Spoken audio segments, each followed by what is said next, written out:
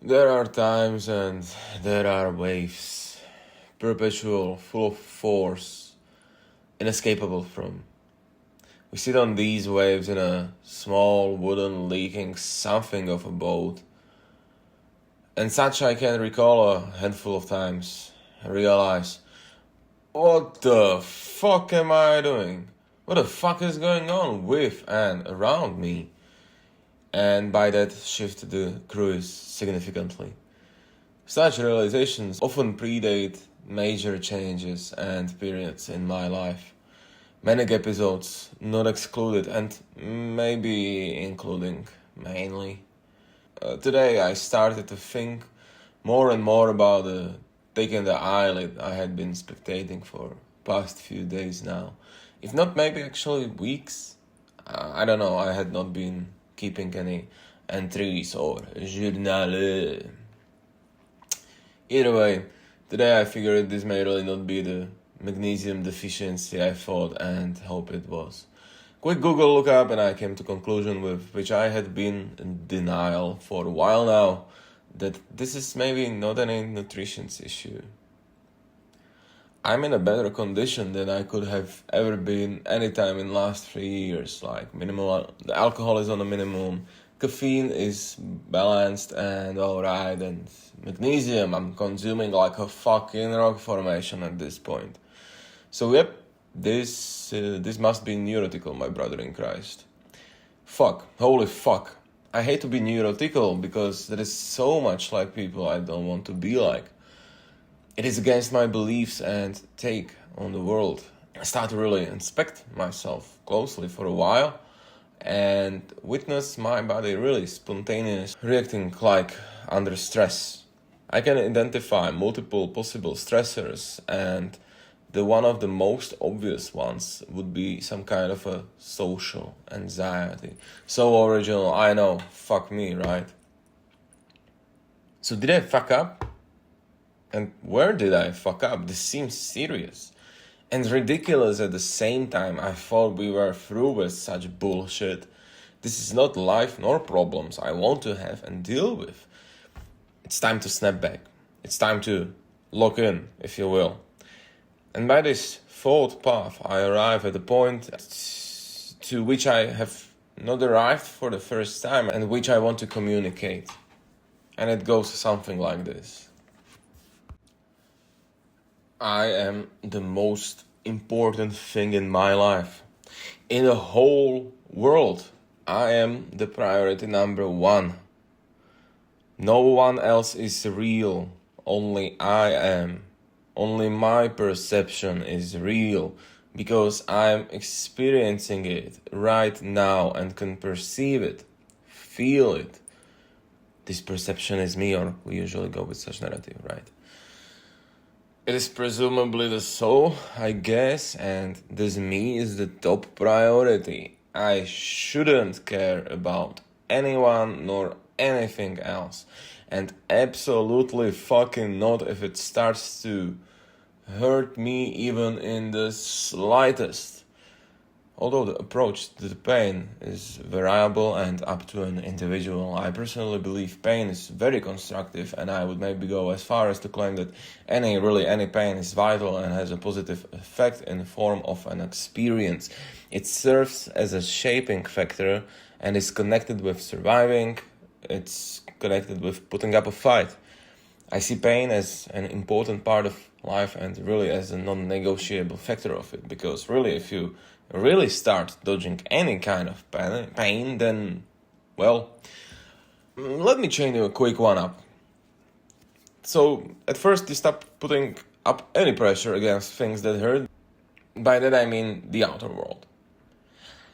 That means more and more things start creeping up and hurting you as you become weaker and weaker, and the border between your inners and outer world grows thinner and thinner, and so eventually you stop moving because it suddenly hurts too much, right? And then you stop eating because it's so much work and it's not pleasant, and afterwards, well, why don't you just stop breathing? Because it is so painful to make any efforts towards anything. Well, good job. You're dead now. So to continue, my comfort, my luxury and well-being are the most important thing in my perception, which means my world, which means the world. Also, it sounds so fucking egoistical and keep to myself, and I would hate it to be taken in such way. Again, I'll put myself up for the example. I love the world and life in it. I enjoy the way it goes, and I let it go as it wills. Letting the world go as it goes, and by adjusting what I'm able to adjust, I'm directly defending the well-being I mentioned. I shall, may, and should drop the invisible chains I find myself in again and again. The chains of being perceived by others and being controlled and overwhelmed by it, whipped by it, conducted by it. The chains of what others think of you that interferes you and what you are able to do or desire to do. It's time for a new episode. No one else is real. Have you seen their souls? They're only a construct in a construct you call a world. I will elaborate. This is maybe the main part of this talk. It is that the whole reality is only your perception of it. Nothing is real, only you are. Have you ever felt emotion of someone else? Have you felt their soul? No. No, you didn't. They all present themselves to your perception and they exist there in that perception. Your emotions are the top priority. Who cares what they think? That's the whole point, said most sanely, I guess. Because they don't really think anything. It's your idea of what they think. Believe they don't think anything and the world shifts into a way where they really don't. And suddenly you are free. Measuring presence of human souls is indeed a difficult topic, and in that field very little to almost no actual measuring tools exist. Maybe because the problem is more fundamental than the means of measuring itself. It is the question of definition. What even is a human soul? But if we somewhat hand-wavily and vaguely define it as something of a consciousness and thoughts in the body that may be somehow measurable, although that is too vague. And so not really a soul we are looking for per se. And so since we have difficulties measuring other souls' presence, we can hardly declare their presence in the world beyond the mind perceiving their signs. So technically, the perceiving mind, that being you, there is no one else other than you. The only solid, measurable and perceivable experience is that of yours. You measure the presence of it by just being there. You are the measurement. And yeah, this leads to rather depressive and grim implications, such as the whole world and universe is horrifyingly empty, tragically lonely, being the only soul in the whole universe. Yeah. But that's what we have hope and love for. And also that's why the ability to cope for yourself, to be able to live with and for yourself is so important. The ability to look on the bright side of things, to be open to enjoying the gifts of life. Because whatever happens at the end of the day, when the time comes, doesn't matter where you will be alone. You will die alone. There is literally no one else in the world.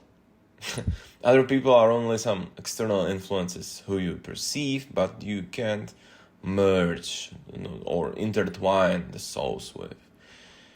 You can never experience any warmth of the other soul, even if it even existed. It's just some flashes on the horizon of the seas, waves, like Fata Morganas. Who knows what you will see when you finally reach that point on the horizon? They will, again, be somewhere else, but conveniently, always on the unreachable horizon. That much I can tell you. You are the only one here, your soul, your consciousness, and if you are not able to pull it out on your own, you won't be able to pull it out in the forest of other so-called souls, like people, I mean. In the company of other people. Here's the normal sentence for once. Learning and managing a complete independence, individualism, and mental self-sustainability has a growing importance under such context like. Following on the individualism, the closest demonstration I can showcase to you, the loneliness of the human soul, is asleep. It's a sleep state. This is the state from which you can see the point I'm trying to make the closest. While sleeping, you are literally, physically and mentally alone, only with yourself. You have nothing physical at your disposal and not even any other human at your disposition.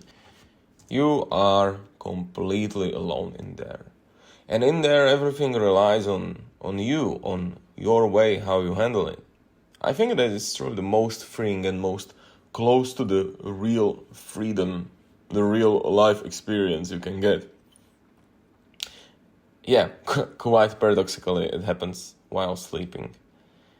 It's just you, your ideas, your own mind, what you have grown your inner self to be like, what you let your mind grow into. It's just sitting with you, chilling, enjoying the presence, enjoying the fruits of your own soul's work.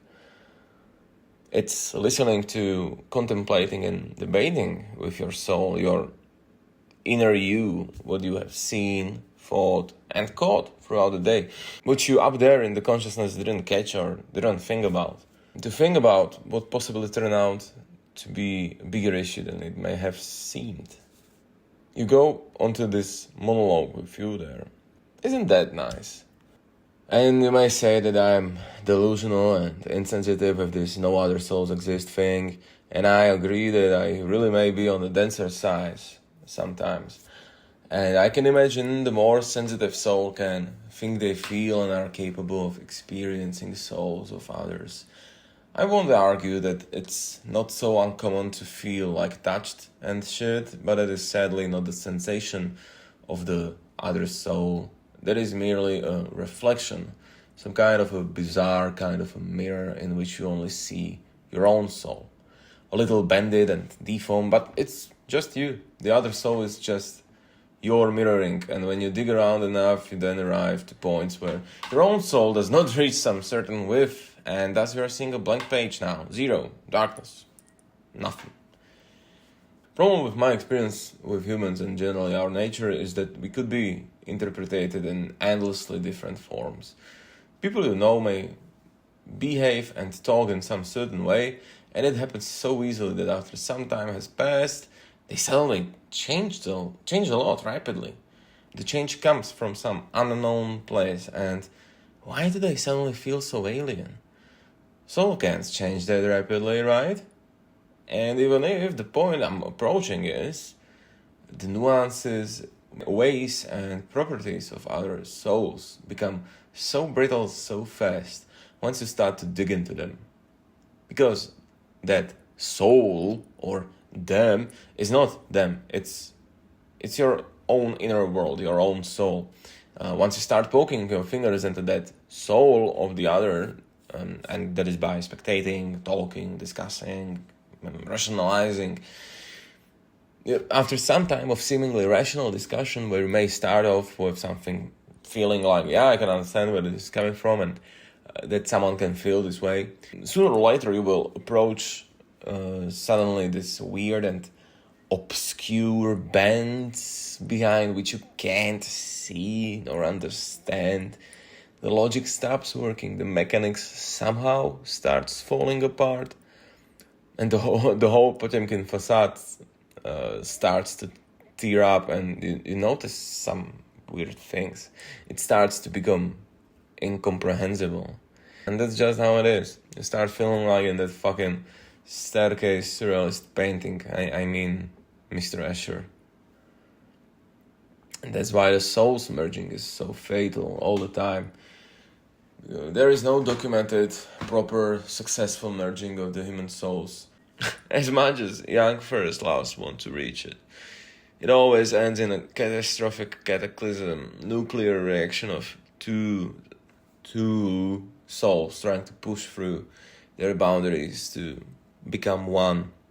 And that is not possible. And my point of only one existing soul in your universe plays nicely into this, as the tragic reaction happens by you pushing into the mirror's labyrinth, pushing so hard it just blows back tragically. The image is so intriguing.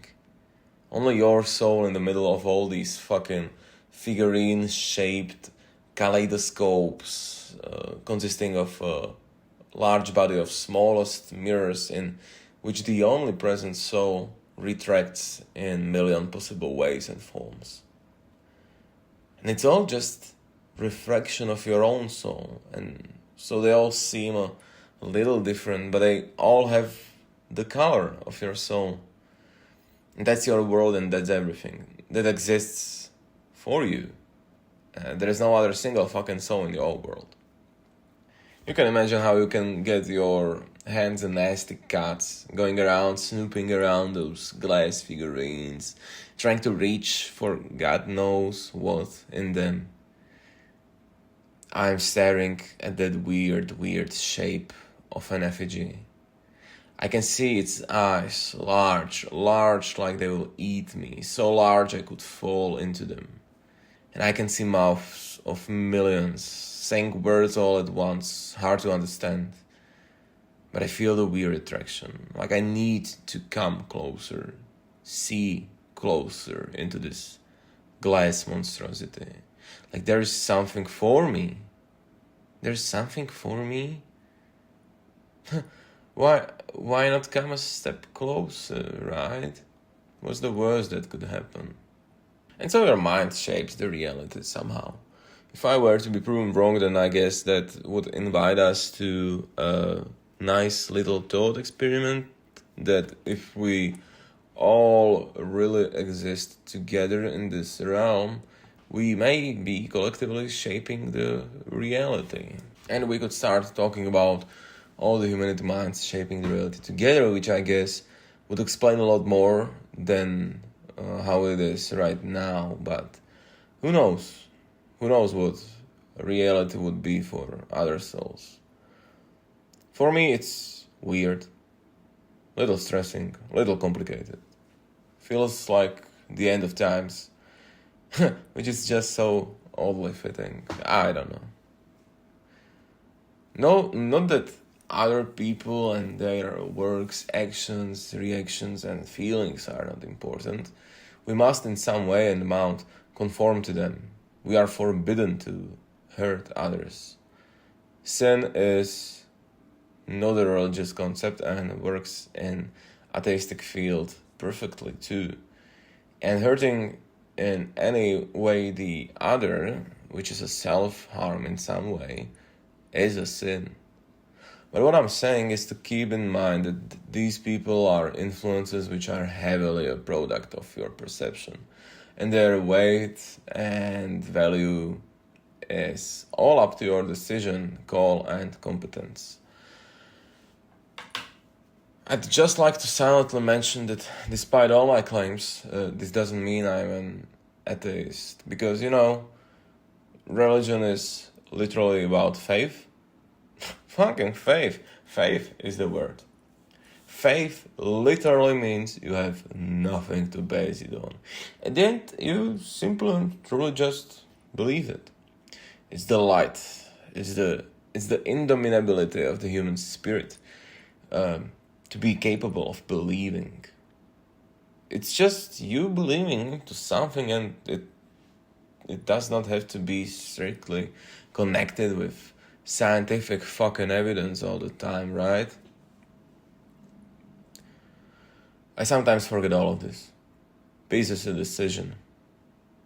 I sometimes take people too seriously, try to do fucking service for anyone but not myself.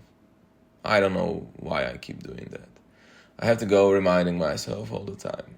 Or sometimes the body does it by itself, when I, the unconscious, recognize it was enough.